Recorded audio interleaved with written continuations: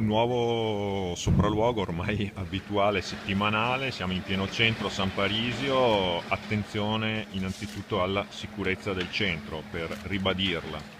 Ma senz'altro è un tema fondamentale quello della sicurezza del centro in collaborazione con tutte le forze di polizia. Devo dire che ho raccolto con soddisfazione il fatto che più di qualche persona mi ha detto che i vigili si vedono di più e ringrazio il corpo dei vigili per il lavoro grande che stanno facendo e quindi continueremo con questa presenza fondamentale della nostra polizia municipale. E poi sul tema specifico dell'attenzione alla sicurezza delle donne abbiamo l'idea di istituire questa commissione con il vice sindaco Roberto Grigoletto, consiglieri di minoranza e la presidente della commissione pari opportunità, anche per vedere che altri strumenti si possono attuare per lavorare per una sempre maggiore sicurezza della nostra città. E poi appunto decoro urbano anche in questa zona. Beh, decoro urbano è il tema di avere delle regole certe sulla sosta, Piazza dei Signori, Pescheria, questi sono i luoghi più belli della nostra città, più caratteristici,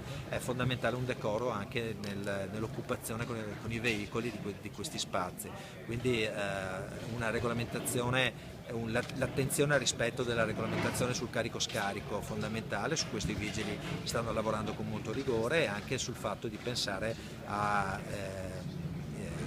fare una zona a traffico limitato come lo è già ma con un più attento rispetto via Ferrarese e via San Francesco. Ha fatto un giro per il mercato, come l'ha trovato? Insomma, qualcuno dice che è in crisi, altri che comunque rimane invece insomma, un polo di attrazione per i trevigiani. Che impressione ne ha riportato? Beh, che rimane sicuramente un polo tradizionale, un polo di attrazione per i trevigiani, un momento importante per la nostra città sia dal punto di vista economico che dal punto di vista delle tradizioni, quindi sicuramente il mercato è un luogo da preservare e anche da cercare di valorizzare, quindi anche attraverso l'assessore alle attività produttive Paolo Camolei spesso sono frequenti gli incontri con gli esercenti, con i commercianti che espongono al mercato, dobbiamo appunto cercare di lavorare insieme per tenere viva questa tradizione importante per la nostra città. Tenerlo anche in zona Piazza del Grano, Piazza Le Burchiellati. Di tanto in tanto si parla di un Ma possibile si spostamento. parla, non è attuale alcun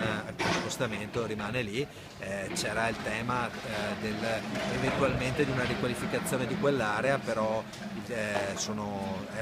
era nel proprio ipotesi che assolutamente non concrete, il mercato rimane dov'è.